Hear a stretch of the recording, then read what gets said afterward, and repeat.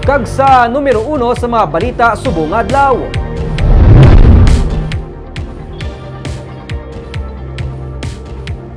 Piso kag 20 sentimos nga per kilowatt-hour ang igabuhin sa bilis ng kuryente sa bulan sang Marso.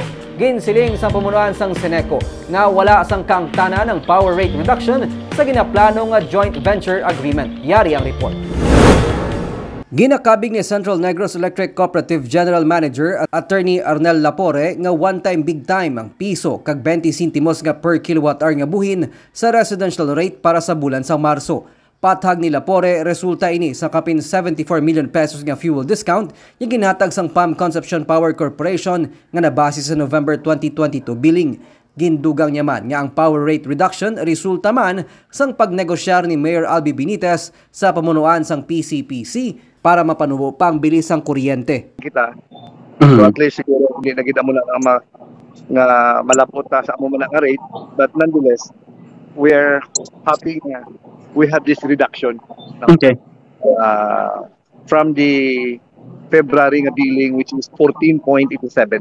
Tungod nagapanubo naman ang fuel cost para sa coal, ginapaabot sang tagdumalhan sang Seneco nga magadubo pa ang balayran sa presyo sang supply sang kuryente. Giniklaro man ni Lapore nga ang pagnubo sang balayran sa kuryente ang wala kang tanan sa ginaplano nga joint venture agreement.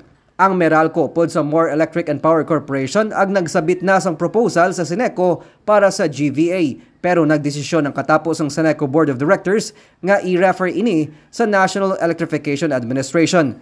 Ang ginhupo nga puwersa sa mga Power Watch Group upod sa mga empleyado sang Seneco ang nagpabutyag sang pagpamatok sa sini nga plano. Sa ERC kasi dyan yung joint venture agreement. Another is, siyempre we will also distribute this to consumers for the consumers to also participate to meet the legal actions. They have to protest this joint venture agreement. Hindi lang sa legal na usapin yung gusto naming away. It should be legal and meet the legal remedies.